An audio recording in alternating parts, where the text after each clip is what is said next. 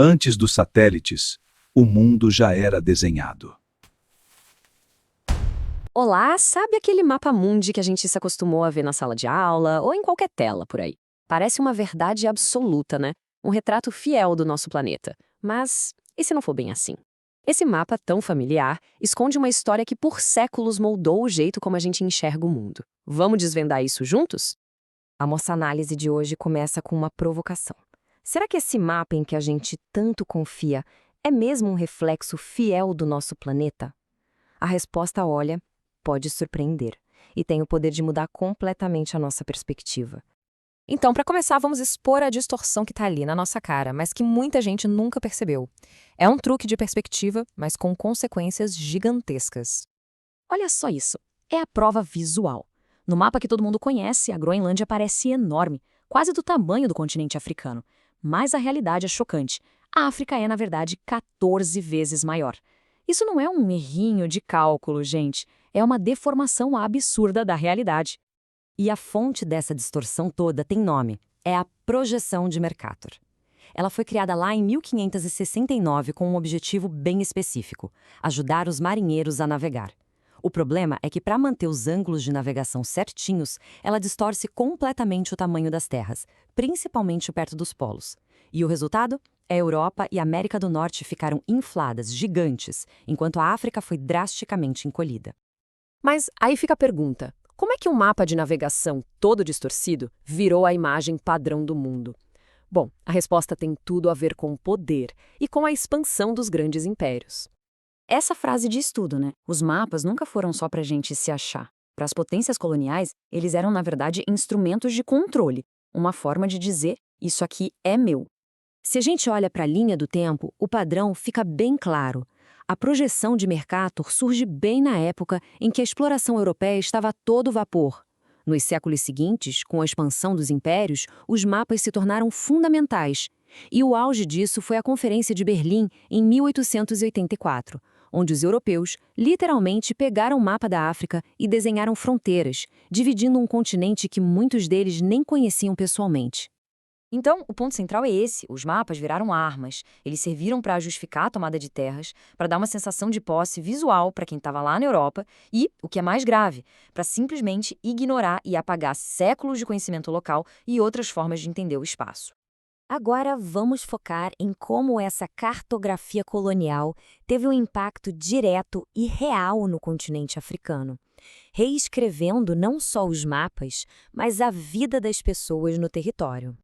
Antes da chegada dos colonizadores, o espaço na África não era visto com linhas retas no mapa. Era uma matriz africana, um sistema fluido, onde o poder era baseado nas pessoas, nas relações, e não em territórios cercados. Os reinos eram definidos pelas populações que pagavam tributos e não por fronteiras fixas. Esse mapa antigo aqui, feito à mão, mostra perfeitamente como o poder colonial foi imposto na marra. Ele mostra um forte militar construído de propósito, bem perto de um centro de poder africano. Essa proximidade não era coincidência, era uma declaração de domínio. Uma nova ordem sendo sobreposta à força sobre a antiga. A infraestrutura também era uma arma. Repara nessas linhas vermelhas no mapa. São as novas estradas coloniais. Elas não foram feitas para ajudar a população local, não. Elas foram construídas para ligar os fortes militares, cortando as rotas africanas antigas e quebrando todas as redes de comunicação e comércio que já existiam. E o legado dessa divisão é simplesmente assustador. Hoje, 60% das fronteiras da África ainda são aquelas linhas retas desenhadas com régua pelos colonizadores lá em Berlim. São cicatrizes de uma arrogância cartográfica que gerou e ainda gera incontáveis conflitos.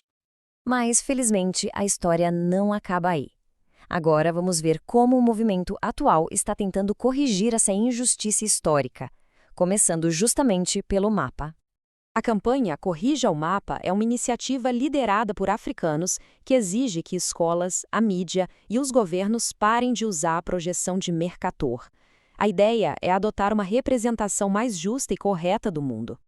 E a alternativa que eles propõem é a projeção Equal Earth. A comparação deixa tudo muito claro. Enquanto de Mercator é uma sobra de uma era colonial que distorce nosso mundo, a Equal Earth, de 2018, mostra os continentes com suas proporções reais. É mais que precisão, é visto como um ato de libertação cartográfica.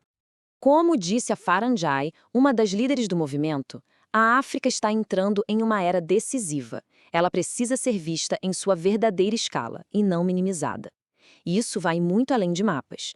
É sobre dignidade, sobre reivindicar o verdadeiro lugar do continente no mundo. Então, o que a gente aprende com tudo isso?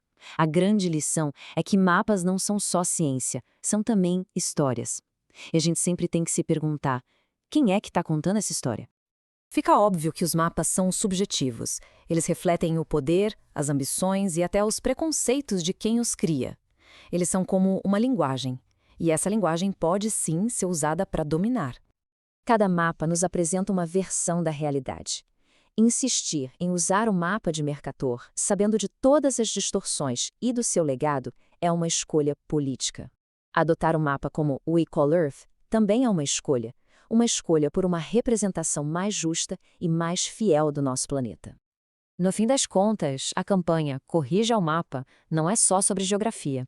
É sobre reexaminar a história que nos contaram, desafiar as narrativas que diminuíram um continente inteiro e lutar por uma perspectiva que finalmente reflita a verdade. E isso tudo nos deixa com uma última pergunta para refletir. Se o Mapa Mundi, algo que parecia tão factual, na verdade contava uma história distorcida, que outros mapas, que outras ideias, imagens ou histórias que a gente toma como verdade podem estar, silenciosamente, moldando a nossa visão da realidade? O passado ainda ecoa.